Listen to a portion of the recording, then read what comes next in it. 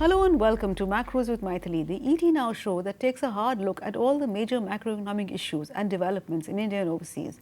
With the RBI Governor Raghuram Rajan unveiling the last of his monetary policy statements in his rather eventful 3-year term, in this edition of Macros with Mythili, we're going to take a close look both at his legacy and the challenges before his successor.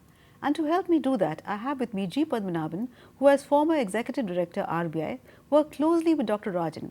I also have with me Pradeep Kumar, who as former Managing Director of State Bank of India also interacted closely with the Governor, but from the other side of the table. Welcome to the show, Padmanabhan. Pradeep. Thank you. Most discussions on Dr. Rajan's legacy have focused on the monetary policy framework and inflation targeting.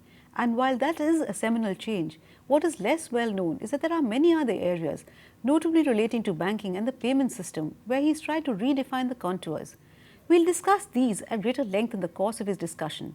But let me start by taking both of you back to November 2013, when for the first time Governor Rajan listed what he called the 5 pillars of financial sector reform: clarifying and strengthening the monetary policy framework, strengthening banking structure through new entry and branch expansion, broadening and deepening financial markets, increasing access to finance to the SMEs, the unorganized and underserved sectors through technology and new business practices, and improving the ability to deal with corporate distress and debt recovery. So what better way to look at his legacy than to examine his success in each of these pillars? Let me start with the first, clarifying and strengthening the monetary policy framework. And let me start with you, Padmanabhan. As a career central banker who's been with the RBI for well over 30 years and seen perhaps 10 governors in the process, does the monetary policy framework agreement, with the RBI now primarily an inflation targeter, mark a fundamental change in the RBI's mandate? Or is it wrong to see the framework agreement, along with the impending change in the helm at the RBI, as signalling a break in the way the RBI functions? Because one of the strengths of the RBI really has been its ability to maintain a broad continuum in its policies. So does the agreement only make explicit what had been implicit all along, namely the primacy of price stability? Mythili, I would think that what really has been achieved is a more structured format, and which means that the Reserve Bank and the government will be working with the clear mandate in mind, and it's not that at the whims and fancies of either of them there could be pressures on each other to do one way or the other.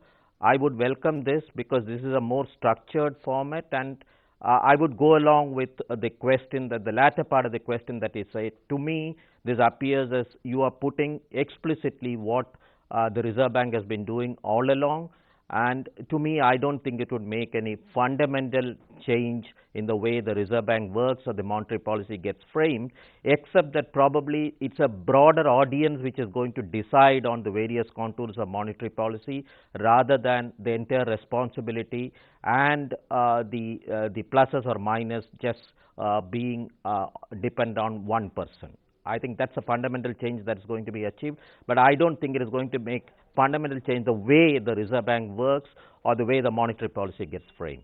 Pradeep, as far as commercial banks are concerned, does the primacy of inflation control in the RBI's mandate make it a little easier for banks to take a view on interest rates?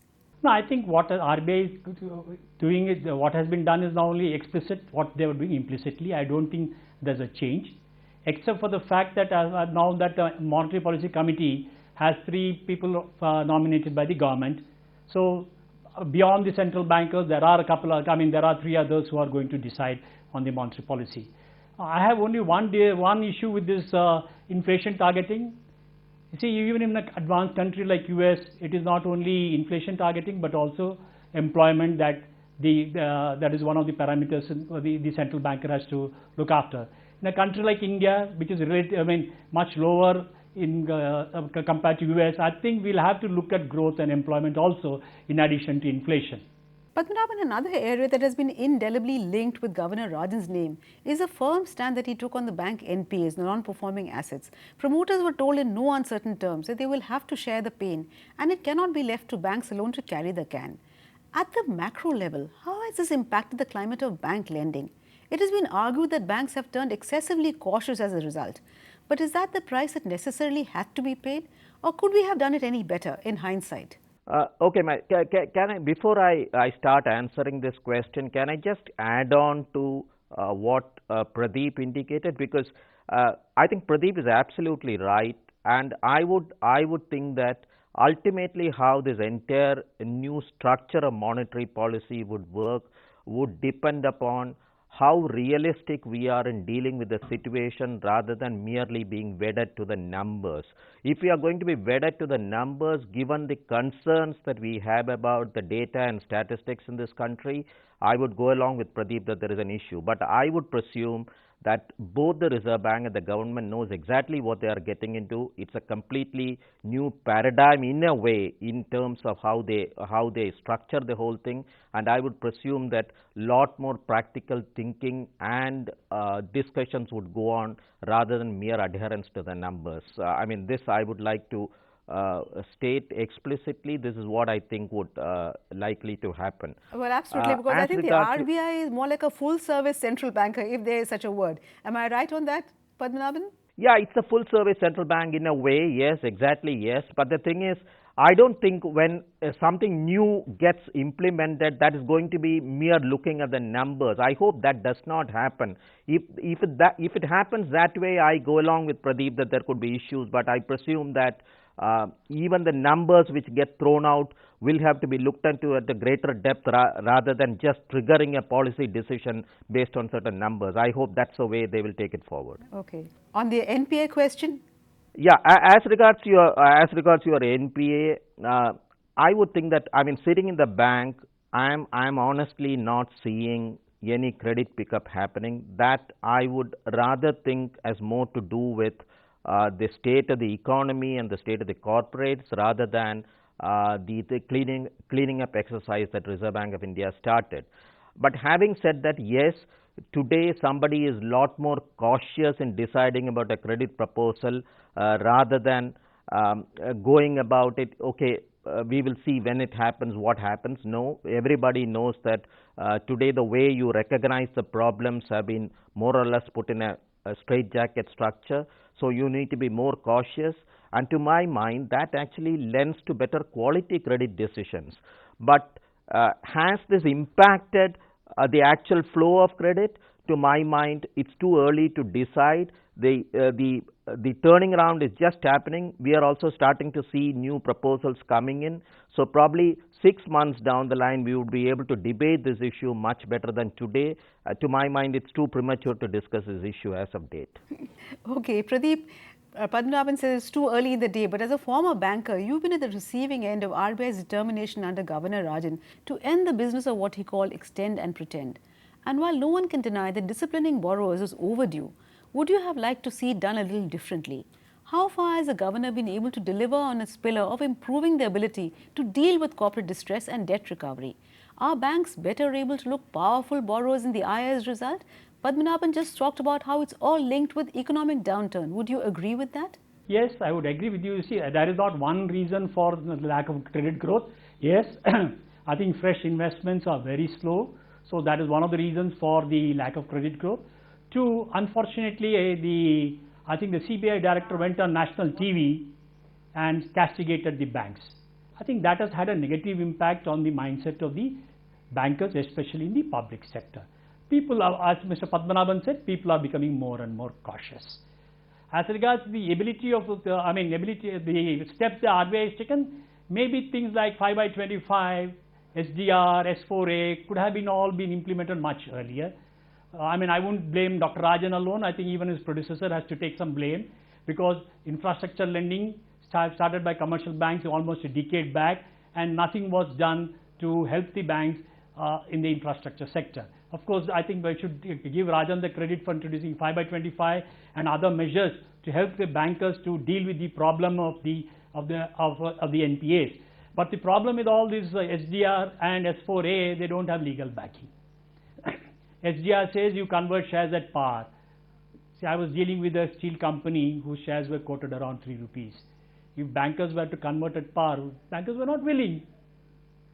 And that, of course, they were quoting a SEBI guideline which says you cannot convert shares below par. So I think there has to be a greater coordination amongst regulators, because this is a problem which is very intense. The solutions have to be thrashed out, and there should be ease of implementation of the solutions. I think right now, yes, there are many options available to the bankers, but we are not able to. I think nothing much is happening in each of these options. Maybe, hopefully, as and when the bankruptcy provisions kick in and the bankruptcy courts start, maybe things will improve, because that has a legal banking. SDR and S4A do not have, unfortunately, legal banking. Absolutely. I think the RBI was trying to solve the problem all by itself, and it requires coordinated action from a whole host of other players. But I'm afraid on that note, it's time for us to slip into a very short break. Please stay with us. We'll be back very soon.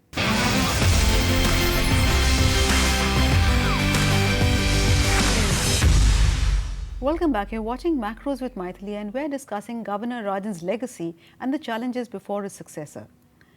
Padmanabhan, for want of time, I'm going to club the other three pillars: strengthening the banking structure through new entry and branch expansion, broadening and deepening financial markets, and increasing access to finance to SMEs, the unorganized sector, through new technology, new business practices, etc. On strengthening the banking structure, we know already that he's delivered on a long-standing promise of the RBI, which is universal bank licenses. These will henceforth be available on tap. But what is less well known is what has been done in the broad area of reforming the payment system, the unified payments interface, Bharat Bill payment system, etc. So if I wanted to ask you to list the most significant improvements in the payment system, what would these be? I would think that in the payment system, it's he has created a backbone from where the country can leap forward. We are at a defining moment. As far as I am concerned, we are at a defining moment as far as the payment system is concerned.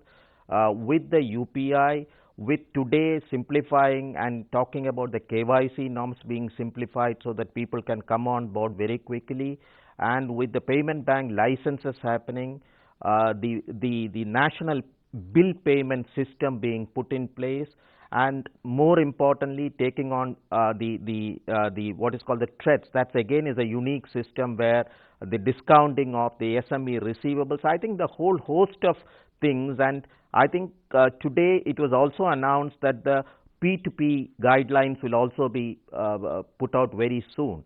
So if you talk about the payment and technology together, I think there has been revolutionary changes and things put in place. Maybe 3 years from today or 5 years from today, the country is going to see a massive change in the payment habits of the people. So to me, that's an enormous contribution that Dr. Rajan has made to the country. But Padmanabhan, if you talk about the RuPay card, etc., I don't see it taking much headway. So when are we going to see these changes actually translate into making life easier as far as a common man is concerned? Because though Dr. Rajan talked about the KYC norms, in practice what ordinary customers are facing is harassment, quote unquote, from the banks. Because every 2 years they want to redo the KYC norms. You have to go to the bank branch, present all your documents. So when is this actually going to translate into making life easier for ordinary people? Right. I am not pretending that all is well as far as the KYC norms are concerned. Having been on both sides, I see huge problems in the way it gets implemented, basically because of the fear factor again. So the question that we need to answer is, today has technology arrived for us to make this process simplified, where an onboarding of a customer, a low-risk customer, can happen without even a physical presence. I think the country is moving in that direction, although we are still not there. There are operational issues.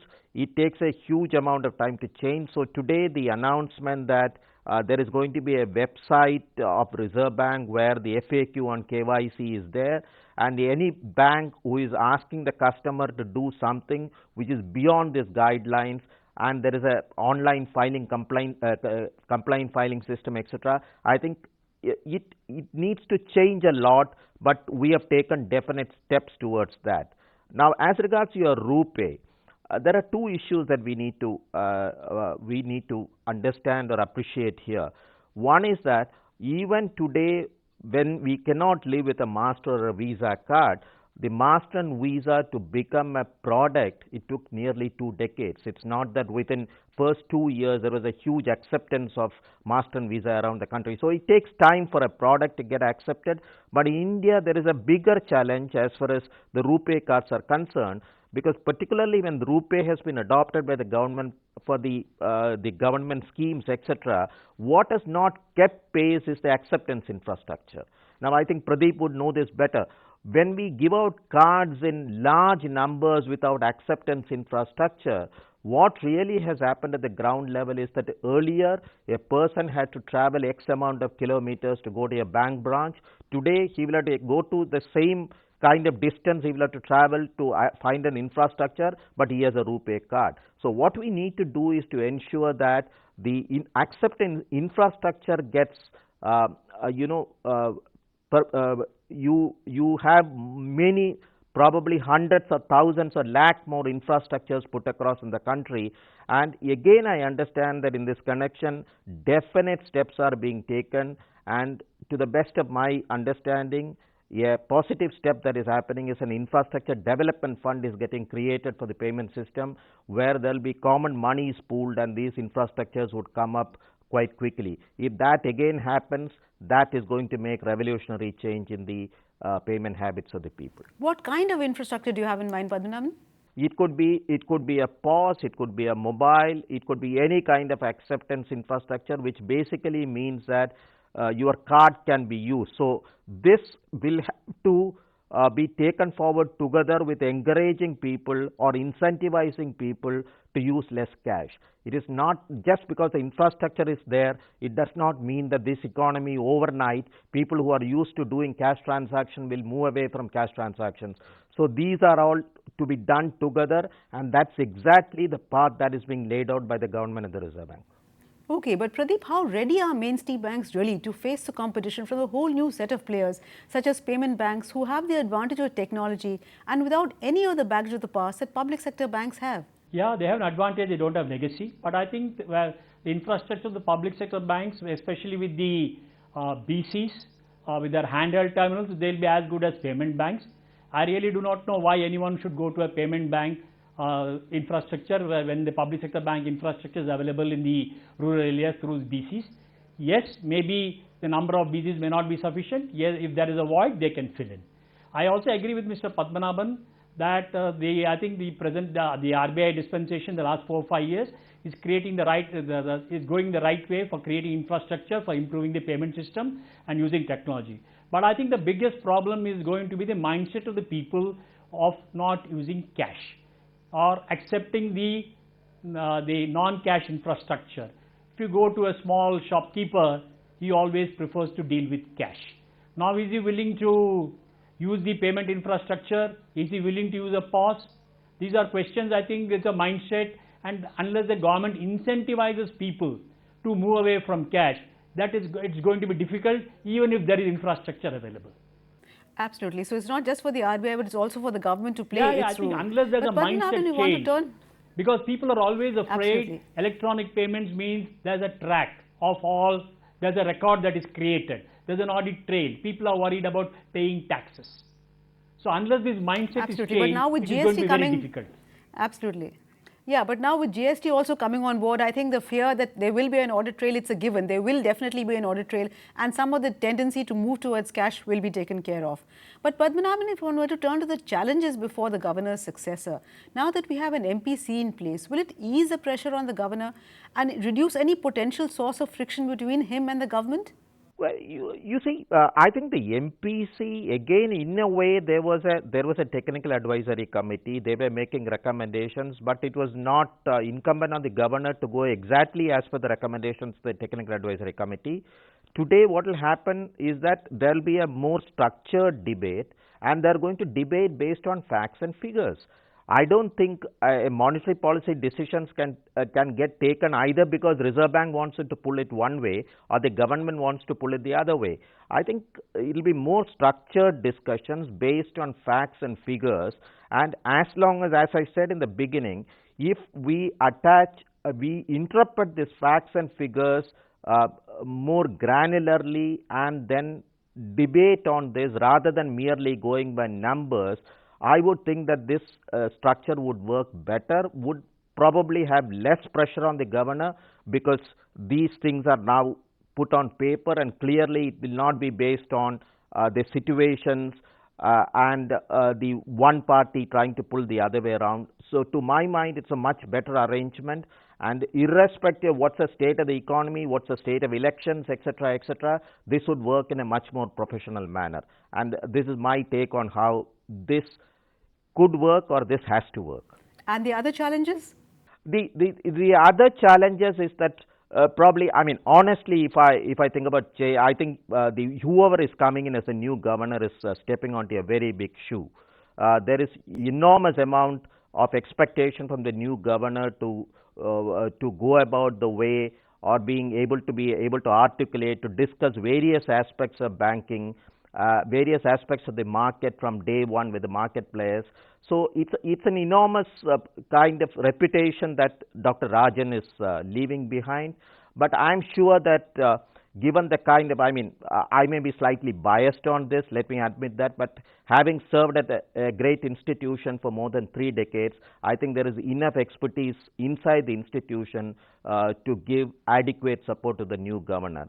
So do I see a challenge which is impossible for the new governor to handle? No. But he is stepping onto a very big shoe, and he must be conscious about that. Well, absolutely, yes. Expectations are always high, particularly of a new governor. But Pradeep, we've achieved a great deal of success in cleaning up bank balance sheets, but we've not addressed the underlying cause of NPAs in public sector banks, which to my mind is government ownership. True, the Bank Boards Bureau has been set up, but from whatever we've seen to date, nothing has really changed fundamentally, in which case there's nothing to prevent a recurrence a few years down the line. How can we ensure that public sector banks are allowed to truly function at arm's length distance from their owner, the government? Mythili, I would disagree with you that the problem is only public sector banks.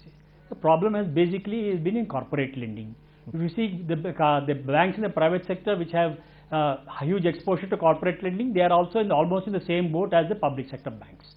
But somehow I think the media is very happy bashing the public sector banks. If you see a couple of private sector banks which are in the corporate banking space, I think they are in an equally bad position.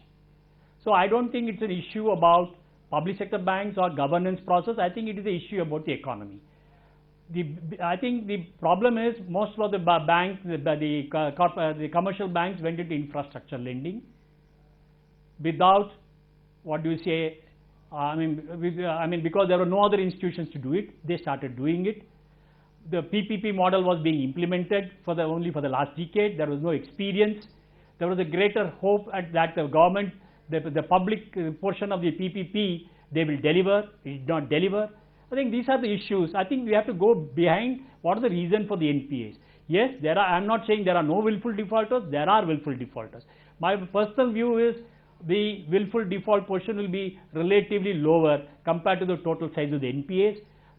I think we'll have to address all the issues regarding why these NPAs are formed. Some effort have been made, like especially in the road sector. Some effort has been made in the power sector, but a lot of other effort is required, especially sectors like power, in steel, textiles, the export sector, which has been badly affected because of the relative strengthening of strength of the rupee vis-a-vis the other currencies. So I think the new governor has a challenge to identify the cause of the NPAs and to go behind them. Absolutely. It's an uphill task by any stretch of the imagination. But I'm afraid we're completely out of time, so I'll have to end this discussion here. Clearly, the job of the new governor is not going to be easy, and the job of a central bank governor in a country as complex as India is never an easy one. No wonder the former Prime Minister Manmohan Singh, also a former governor of the RBI, called it the loneliest job in the country. As RBI Governor Raghuram Rajan steps down on the 4th of September, his successor has the added responsibility of not just bringing many of his initiatives to fruition, but also entering uncharted waters or working with the MPC. Thank you, Padmanabhan and Pradeep, for joining me in this session and sharing your views, both on Governor Rajan's legacy and the challenges before his successor. Thank you also for watching. Remember, we'll be back next week with yet another edition of Macros with Mythili. Till then, it's thank you and goodbye from all of us at ET Now.